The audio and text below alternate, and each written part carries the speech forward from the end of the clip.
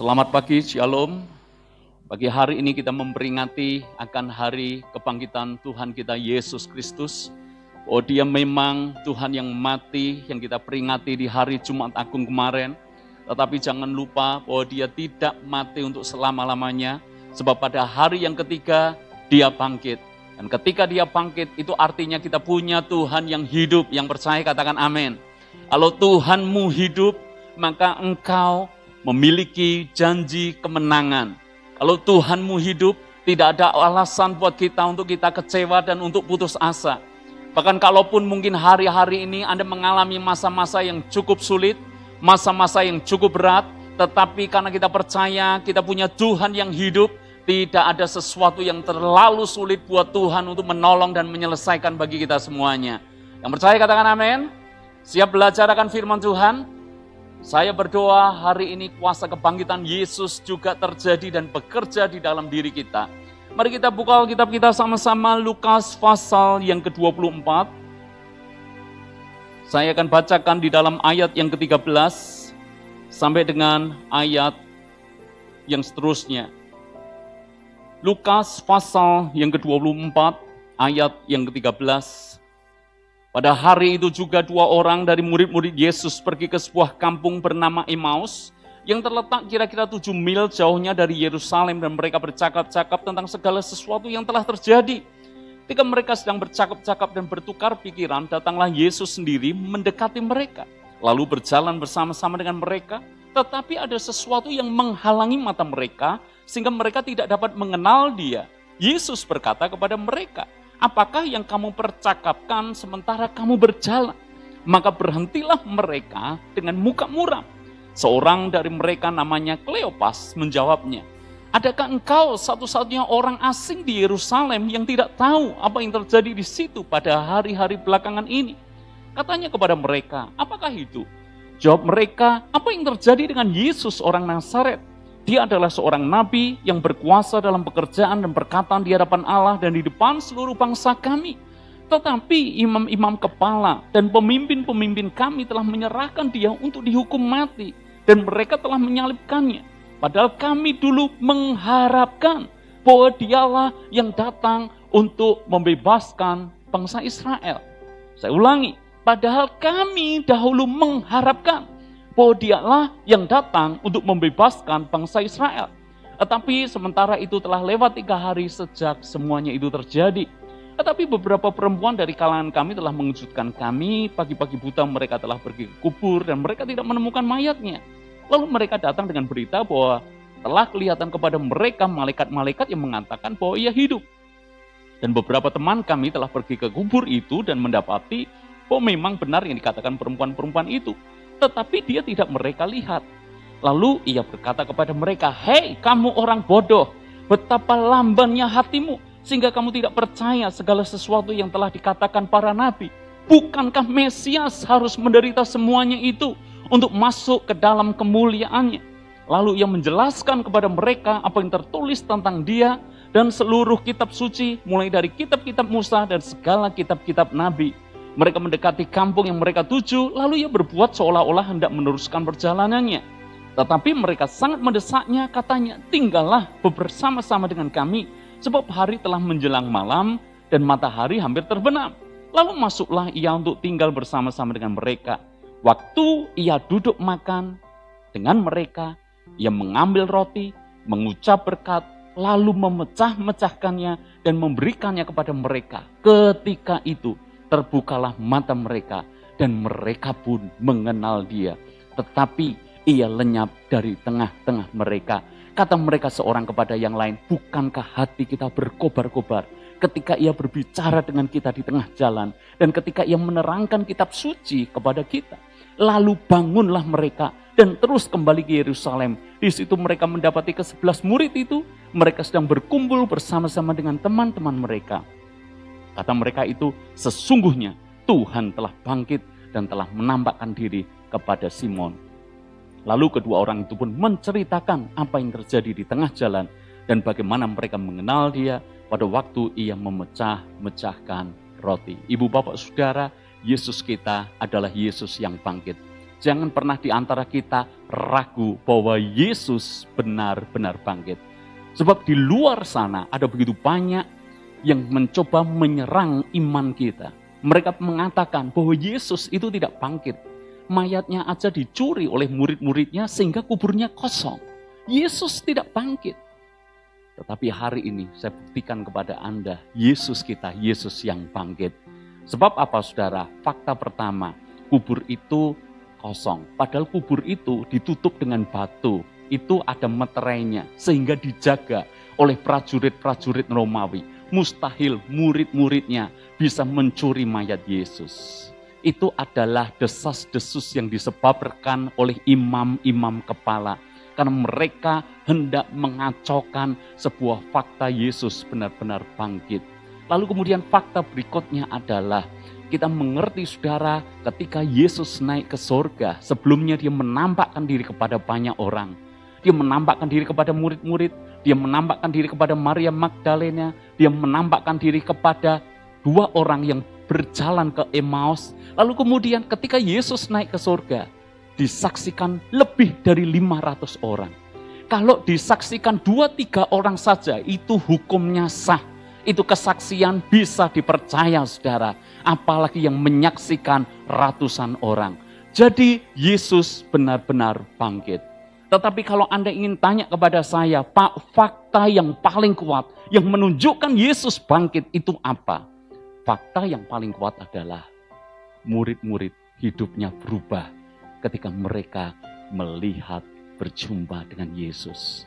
Karena kuasa kebangkitan memang seharusnya mengubah seluruh kehidupan kita.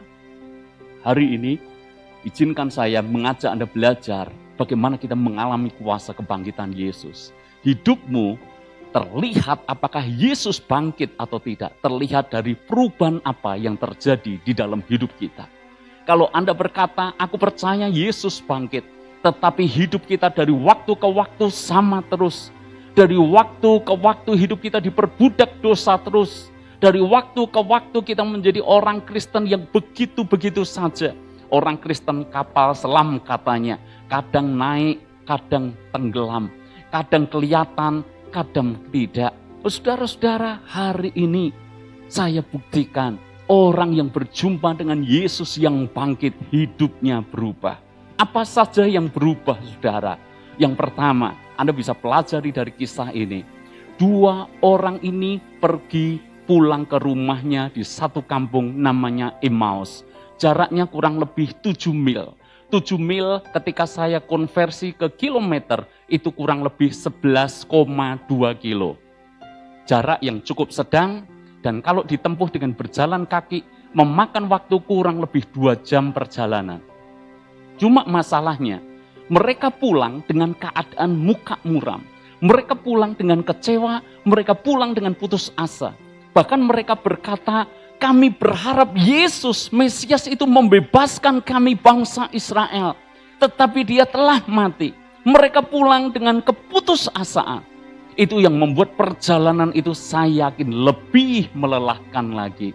Tetapi lihat, ketika mereka berjumpa dengan Yesus yang bangkit, ketika mata mereka terbuka bahwa Yesus benar-benar bangkit dan mereka lihat, setelah sebelumnya mereka bercakap-cakap tapi tidak mengenal Yesus yang sedang bercakap-cakap, barulah ketika Yesus diundang untuk masuk ke rumahnya, makan bersama-sama, dan Yesus itu punya cara yang unik ketika dia makan di perjamuan. Yesus mengangkat roti, mengucap syukur, memecah-mecahkannya. Itu khas Yesus sekali. Sehingga langsung mereka lihat ini Yesus. Dan begitu mereka tahu itu Yesus, Yesus langsung lenyap dari pandangan mereka. Tetapi lihat apa yang terjadi. Hidup mereka berubah. Apa yang berubah? Pertama, arah hidup mereka berubah. Sebab semula fokus mereka ke Emmaus. Tapi begitu lihat Yesus bangkit, mereka langsung pergi ke Yerusalem. Maka yang pertama, pesan tersirat dari kisah ini adalah, kalau Anda mengalami kuasa kebangkitan Yesus, arah hidup Anda akan berubah. Amin. Tidak lagi ke Emmaus, tapi Anda akan ke Yerusalem. Sebab di sanalah pekerjaan Allah akan dinyatakan. Saudara-saudara, orang di dalam hidup ini menurut saya ada 3 kelompok. Kelompok pertama adalah orang yang tidak punya arah tujuan hidup. Ini adalah orang yang tidak tahu kemana hidup akan membawanya. Orang-orang seperti ini berkata, biarlah saya jalani hidup seperti air mengalir. Kemana hidup menuntun saya akan berjalan di sana. Tapi saya pastikan kepada Anda semuanya, jangan jadi orang Kristen tipikal pertama ini. Sebab dia akan diombang-ambingkan dengan semua yang terjadi. Anda pernah enggak ketemu dengan seorang teman misalnya, dan Anda mengajak, yuk kita pergi. Kalau teman Anda menjawab, saya enggak ada acara. Saya kosong, saya enggak ada acara. Ini jelas jawaban bahwa dia enggak punya arah, tujuan kemana saat itu. Dan orang seperti ini biasanya gampang untuk diajak kemanapun orang mengajaknya. Betul enggak sekarang? Kalau ada orang berkata, aku mumpung kosong nih, aku enggak ada acara. Apa yang terjadi? Siapapun yang mengajak, dia akan ikut. Mau diajak nonton misalnya, dia akan ikut. Mau diajak hangout misalnya, dia akan ikut. Mau diajak ke gereja, dia akan ikut juga. Kenapa? Saya enggak ada arah kok, saya enggak ada acara kok. Maka kalau kita kembalikan ke hidup kita, bayangkan sekarang, kalau kita jalani hidup tanpa arah, maka nanti ketika semua orang trennya sedang mengejar hal-hal yang duniawi, trennya sedang harus sukses supaya bisa pamer, supaya bisa flexing, kita semuanya ikut-ikutan ke sana. Lihat teman kita masih muda, gampang sekali cari duit, lalu kemudian ikut-ikutan ke sana. Kita lihat lagi apa yang sedang terjadi di dunia ini. Oh, trennya sedang seperti ini. Anak-anak muda sekarang trennya misalnya gaya hidup pacaran bebas. Lalu kemudian Anda ikuti. Kenapa? Anda pikir semua orang juga melakukan hal yang sama. Teman-temanku melakukan hal yang sama. Bahkan kalau saya pacaran, saya belum pernah berciuman, itu nggak keren. Saya dibilang kuno. Kalau Anda nggak punya arah hidup yang jelas, dengan mudahnya kita ikut-ikutan dengan apa yang dilakukan dunia. Tapi kalau Anda punya arah tujuan hidup yang jelas, maka Anda tidak gampang tergoda ketika ada sesuatu mencoba mengalihkan Anda dari fokus kita kepada Tuhan. Amin. Yesus punya arah yang jelas. Dia tahu persis untuk apa dia datang ke dunia.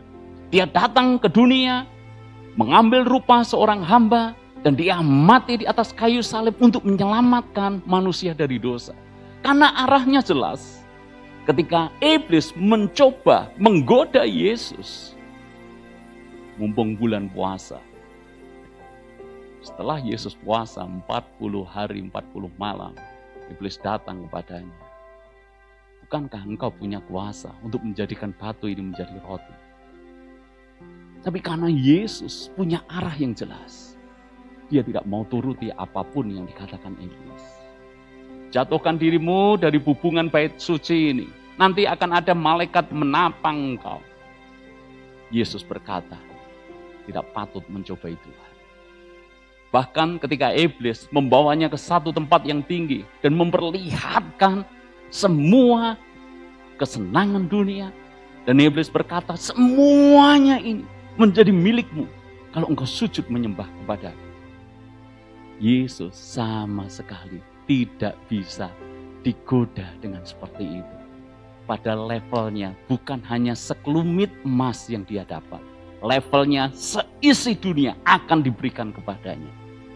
Tapi karena arahnya jelas, maka dia tidak gampang digoda dengan apapun juga. Pastikan Anda punya arah hidup yang jelas. Kelompok pertama, orang yang tidak punya arah. Kelompok kedua, orang ini punya arah. Tapi sayang arahnya arah ke jalan yang salah. Arahnya adalah arah yang keliru. Ada orang punya arah tujuan hidup seperti ini. Aku ingin kaya supaya aku bisa mendapatkan semua yang aku suka. Supaya aku bisa mendapatkan semua yang aku inginkan. Menjadi kaya tidak salah, saudara. Karena sepanjang saya belajar Alkitab, banyak tokoh Alkitab justru sebagian besar adalah orang-orang kaya. Abraham, Ishak, Yakub, Yusuf, bahkan semua tokoh-tokoh yang kita kenal. Daud, Salomo, raja-raja, dan seterusnya. Orang-orang yang kaya, kayanya nggak salah. Tapi kalau kaya menjadi tujuan, menjadi arah hidup kita, nanti hidup kita akan diperbudak dengan yang namanya uang dan kekayaan yang tidak pernah ada habisnya. Tidak pernah kenal kata cukup. Tidak bisa kita berkata enough. Enough is enough. Sulit sekali, saudara. Kita akan selalu merasa kurang, dan kurang. Karena tidak punya arah dan arahnya keliru. Lalu kemudian ada orang yang hidupnya mengarah kepada seperti ini. Maaf, kalau ada di antara kita yang mungkin di masa lalu mengalami kekecewaan karena orang menghina kita. Beberapa orang tumbuh dengan arah hidup seperti ini. Aku akan buktikan ke orang itu, aku bisa. Aku akan buktikan ke papa mamaku, tanpa papa mama, aku bisa. Aku akan buktikan ke guruku, kalau apa yang guruku katakan itu salah. Itu memang satu sisi bisa memotivasi kita. Tapi hati-hati, kalau yang ngedrive kita, yang memotivasi kita, itu adalah pembuktian. Nanti akan muncul orang-orang yang sombong. Nanti yang muncul adalah orang-orang yang arogan. Kita akan membuktikan kepada pesaing kita, kita ingin membuktikan kepada musuh kita bahwa kita orang yang hebat, orang yang mampu, orang yang gak perlu ditolong, orang yang bisa berjalan sendiri. Hati-hati, saudara. Ini contoh, kita punya arah, tapi arahnya salah. Karena itu kabar baiknya buat kita semuanya. Mari kita mengubah arah hidup kita. Amin. Seperti dua orang ini. Semula ke Emmaus, begitu lihat Yesus bangkit, langsung mengubah arah hidupnya ke Yerusalem. Hari ini biarlah Tuhan memberikan arahan hidup yang baru. Hidup hanya sekali, saudara, dan waktu yang sudah kita jalani tidak bisa kita putar ulang. Hari kemarin tidak bisa kita putar ulang, bahkan jangankan hari kemarin. 1 jam yang lalu, 5 menit yang lalu saja, kita tidak bisa putar ulang. Pertanyaan saya, hidup yang hanya sekali ini, Anda mau buat untuk apa? Jangan sampai Anda berada di arah yang keliru. Menghabiskan banyak waktu, sumber daya, energi, dan nanti ujung-ujungnya adalah kesia-siaan. Salomo pernah pada satu titik mengalami arah hidup yang keliru. Dia pikir kalau dia menjadi kaya, dia menjadi terkenal, dan dia sangat dihormati, itu tujuan hidupnya. Nanti Anda baca Pengkhotbah pasal yang kedua. Padahal Salomo punya segalanya. Menjadi orang yang terkaya. Menjadi orang yang berpengaruh. Menjadi orang yang sangat berhikmat. Sampai Ratu Sheba datang untuk melihat hikmat Salomo. Tapi di titik tertentu dia mengakui semuanya sia-sia. Karena arah hidupnya keliru. Pastikan Anda dan saya punya arah hidup yang benar. Kalau aku hidup, aku hanya untuk menyenangkan hati Tuhan. Amin. Mungkin terdengar klise, saudara. Tapi sesungguhnya untuk itulah Anda dan saya diciptakan. Kita diciptakan untuk Tuhan. Karena firman-Nya berkata, dari Tuhan, oleh Tuhan, dan untuk Tuhan saja. Maka yang pertama yang kita pelajari, saudara, punya arah hidup yang benar. Lalu kemudian yang kedua, saya ingin mengajak Anda baca ayat yang ke-17. Ayat yang ke-17. Sudahkah ketemu? Yesus berkata kepada mereka, apakah yang kamu percakapkan sementara kamu berjalan? Dan sekarang garis bawahi, maka berhentilah mereka dengan muka muram. Tolong garis bawahi muka muram. Kenapa mereka mukanya muram? Karena mereka putus asa. Karena mereka kecewa. Mereka sangka Yesus yang selama ini dia ikuti adalah Yesus yang akan menjadi raja, membebaskan mereka dari penjajahan Romawi, dan akan memulihkan kembali kejayaan Israel. Padahal Yesus datang tidak hanya untuk menjadi raja manusia. Dia datang untuk menyelamatkan manusia. Itu sebabnya ketika melihat Yesus mati, mereka muram karena mereka putus asa. Hati mereka yang semula menggebu-gebu, tiba-tiba menjadi dingin, saudara. Tapi sekarang lihat, ketika mereka melihat Yesus bangkit, ayat yang ke-32. Ayo, ini penting sekali. Kata mereka seorang kepada yang lain, bukankah hati kita berkobar-kobar ketika ia berbicara dengan kita di tengah jalan, dan ketika ia menerangkan kitab suci kepada kita. Perubahan berikutnya yang kita bisa pelajari adalah semula mukanya muram, hatinya sudah dingin, hatinya sudah beku. Tetapi ketika menyaksikan Yesus bangkit, Alkitab menulis hatinya berkobar-kobar. Maka ukuran Anda mengalami kuasa kebangkitan Yesus adalah sesederhana ini. Apakah hatimu berkobar-kobar untuk Tuhan? Apakah ketika Anda mendengar sesuatu yang rohani, langsung hatimu bergelora dan berkobar-kobar? Pernah saya sampaikan kepada saudara, hidup ini digambarkan seperti minyak, saudara. Kalau kekristenan Anda dipenuhi dengan minyak daripada Tuhan, seperti halnya perumpamaan Yesus, ada 5 gadis bodoh dan 5 gadis bijaksana. Ada yang punya minyak, ada yang kehabisan minyak. Anda tahu ciri khas minyak itu apa? Minyak itu tidak bisa diam ketika dekat dengan sumber api. Ketika ketemu api, minyak langsung boom, berkobar-kobar. Maka kalau Anda mendengar firman, hatimu biasa aja, mungkin Anda kehabisan minyak. Kalau Anda dengar firman, engkau berkata, ya yang kayak gini udah sering aku dengar. Mungkin minyak itu sudah mulai menipis. Kalau engkau dengar firman dan engkau merasa bahwa yang ini bukan buat saya, ini lebih cocok untuk dia, mungkin Anda kehabisan minyak. Tapi kalau Anda mendengar firman dan apapun yang dikatakan firman Tuhan, hatimu berkobar-kobar untuk Anda harus melakukan firman itu, maka Anda dipenuhi dengan minyak. Pertanyaan saya, apakah hati Anda sekarang ini, di hari ini, di titik ini berkobar-kobar untuk Tuhan?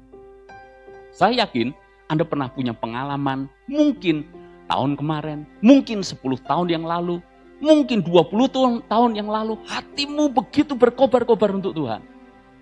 Anda begitu semangat melayani Tuhan. Anda akan berikan apapun untuk Tuhan.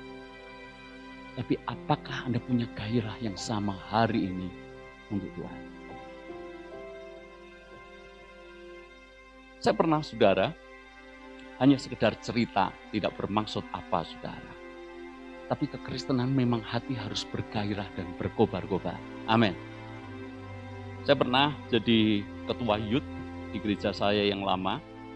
Dan saya lihat ada beberapa teman seangkatan yang hari ini bersama-sama dengan kita.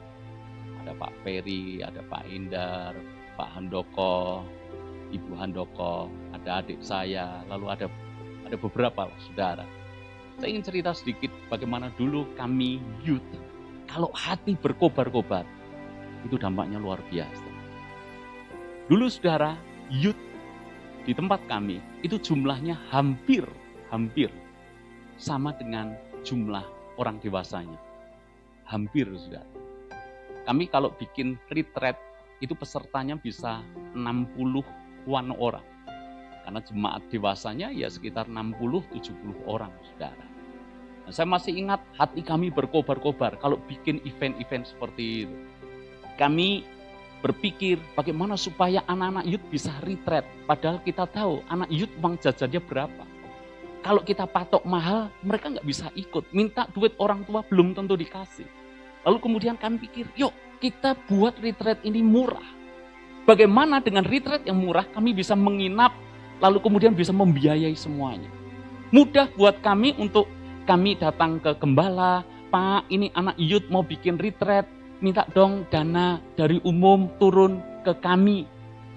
Tapi masih ingat, yuk teman-teman youth dulu, kami anti lakukan itu. Saya ngomong ke teman-teman, ayo kita cari dana, caranya apapun. Yang penting halal tentu saja, saudara. Kami jualan lah, Jadi ada yang dulu belum ada gosen, saudara. Kami sudah melakukannya.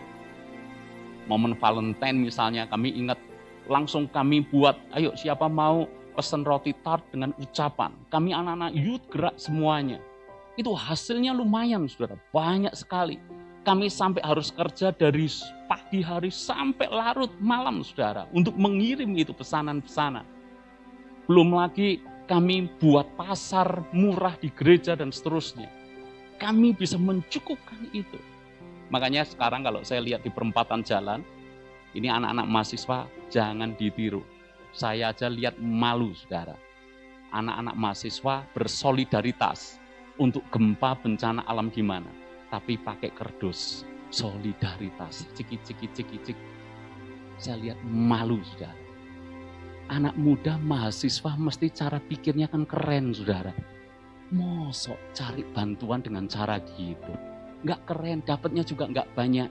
Kan mereka mahasiswa, orang pinter, terpelajar. Mestinya cari duitnya nggak gitu untuk support, saudara. Maka kami ajak anak-anak youth pada waktu itu, ayo berkobar-kobar. Masih ingat juga mungkin teman-teman youth dulu seangkatan kita, gereja bikin menara doa, bangun menara doa, butuh duit banyak. Dan kami lakukan hal yang cukup gila pada waktu itu. Pada waktu itu awal-awalnya handphone keluar, saudara. Saya baru pakai mungkin setahun mungkin belum ada, saudara. Tapi lihat gereja bangun menara doa. Kami anak-anak youth langsung bilang, kita ini duitnya nggak ada, uang jajan juga nggak ada. Yang punya cuma handphone, saudara. Kami jual loh handphone. Itu ya gila kalau saya ingat-ingat gitu ya. Kok bisa ya? Saya jual handphone saya. Dulu ini pacar saya. Jual, saudara, handphonenya. Beberapa anak youth saya masih ingat kumpulkan semuanya. Kami bawa ke Singosaren. Saya masih ingat itu toko Raya Seluler.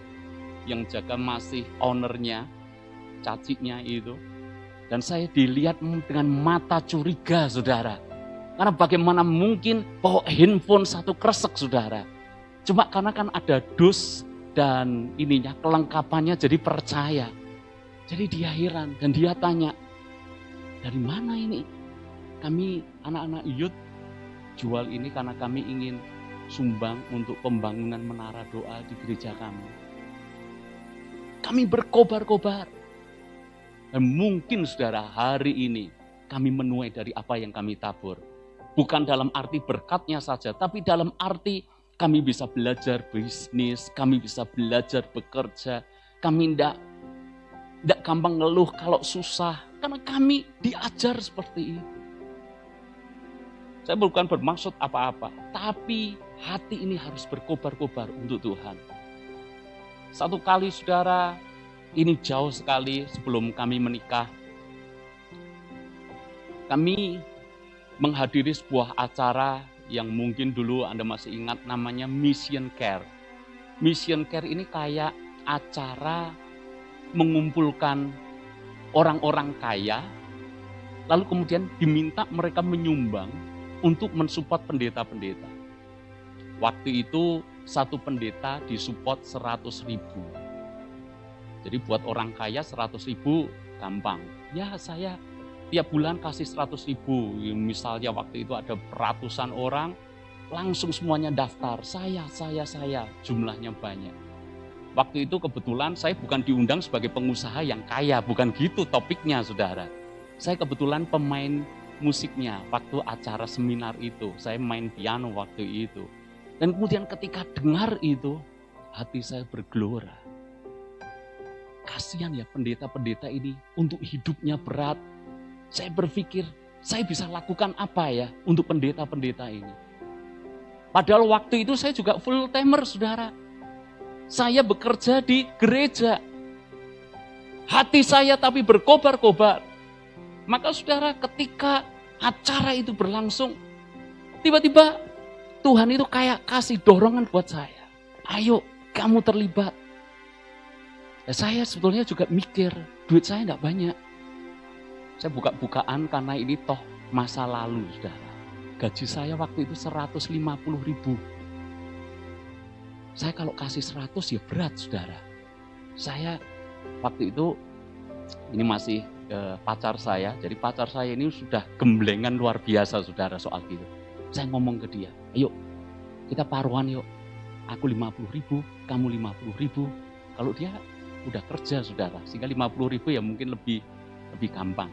Tapi kalau saya, sepertiga gaji saya saudara, belum lagi 150 dipotong per puluhan, 15.000, belum lagi ibadah di gereja kami itu hampir full kecuali hari Senin. Jadi tiap hari itu kolektor, dan kolektor saudara. Saya guru sekolah minggu, kasih contoh ke anak-anak, ngasih kolektor juga. Jadi duit kami hampir habis di situ. Tapi ajaibnya Tuhan mencukupkan kami luar biasa. Tuhan memberkati saya juga.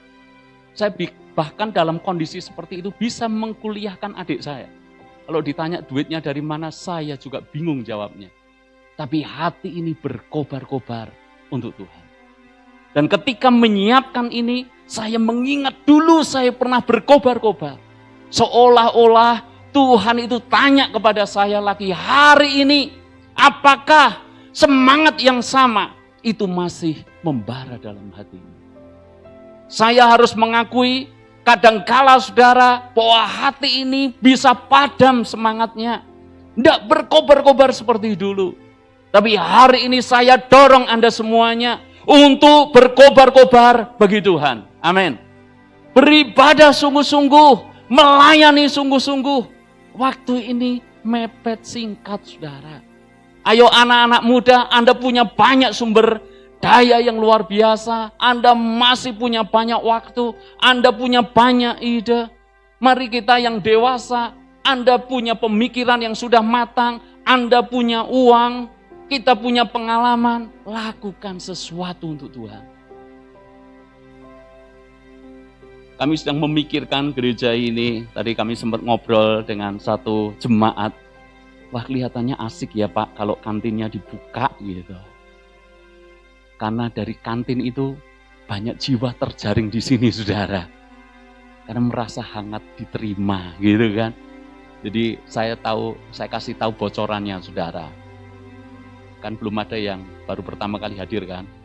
Jadi saya kasih bocorannya. Dulu kalau ada jemaat baru datang, sebelum pulang, kalau sekarang pulang ya pulang saudara.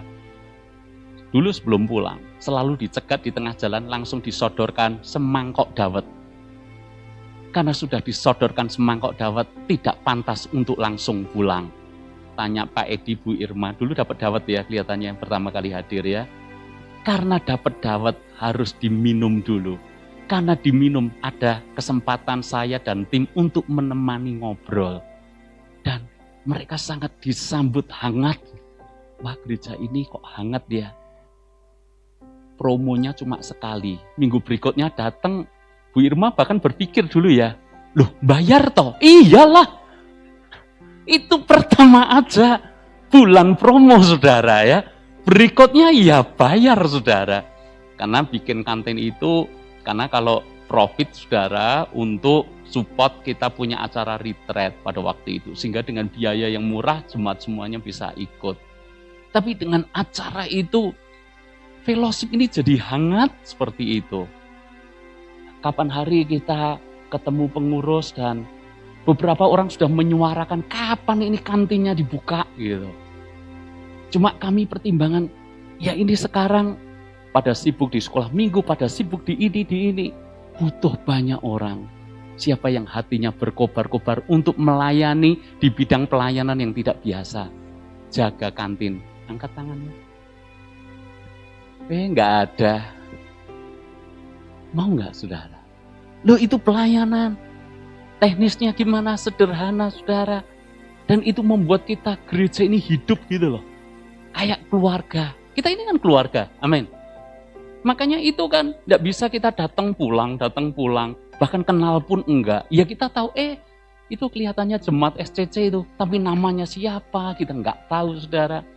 Kalau ada ya cara seperti ini kenapa enggak? Butuh banyak volunteer.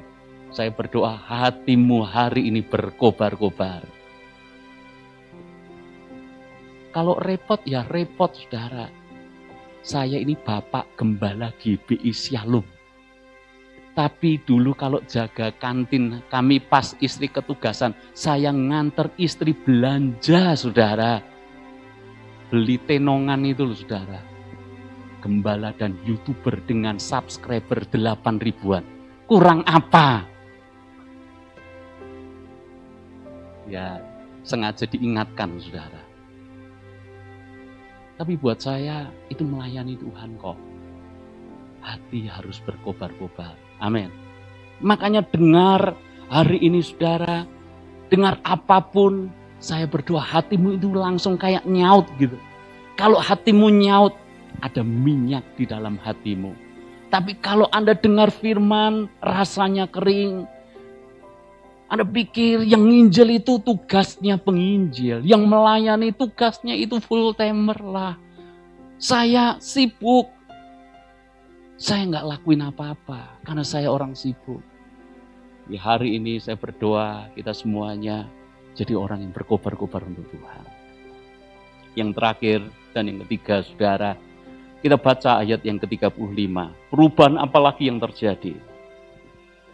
Ayat ke-35 dikatakan, lalu kedua orang itu pun, jadi dua orang dari Emmaus yang berjumpa dengan Yesus, menceritakan apa yang terjadi di tengah jalan, dan bagaimana mereka mengenal dia pada waktu ia memecah-mecahkan roti. Jadi ceritanya gini, mereka perjalanan dari Yerusalem ke Emmaus bersama-sama dengan Yesus yang semula mereka tidak kenal, sampai ke rumah, makan roti, dan begitu mereka lihat Yesus bangkit, lenyap dari pandangan mereka, mereka hatinya berkobar-kobar, dan langsung putuskan saat itu juga, karena Alkitab menulis, bangunlah mereka. Jadi saat itu juga langsung kembali ke Yerusalem. Padahal Alkitab tadi menulis apa? Hari itu matahari sudah terbenam, sudah sore, sudah malam. Ingat budaya waktu itu beda dengan zaman sekarang. Kalau zaman sekarang perjalanan malam itu biasa. Tapi pada waktu itu kalau sudah malam maka tidak ada lagi perjalanan, saudara. Kalau sudah malam cukup resiko untuk menempuh perjalanan tertentu. Mestinya mereka bisa tunda, besok ajalah kita kembali ke Yerusalem. Besok aja kita menceritakan akan kebangkitan Yesus kepada saudara-saudara kita di Yerusalem. Tapi mereka tidak bisa tahan hati mereka untuk tunda. Bahkan sampai besok, bahkan ditunda beberapa jam setelahnya, nggak bisa. Mereka langsung bangun, mereka kembali ke Yerusalem. Karena apa? Kabar baik harus diceritakan. Semula mereka hidup untuk diri mereka mungkin, hidup dalam keputusasaan, mengasihani diri. Tapi setelah melihat Yesus bangkit, mereka langsung menceritakan. Maka perubahan ketiga, kalau Anda mengalami kuasa kebangkitan Yesus, Anda tidak bisa tahan-tahan lagi untuk tidak menceritakan kabar baik ini kepada banyak orang. Saya tahu, saudara, untuk menceritakan tentang Yesus bukan hal yang gampang. Kalau menceritakan tentang kuliner terbaru, saya yakin kita biasa melakukannya.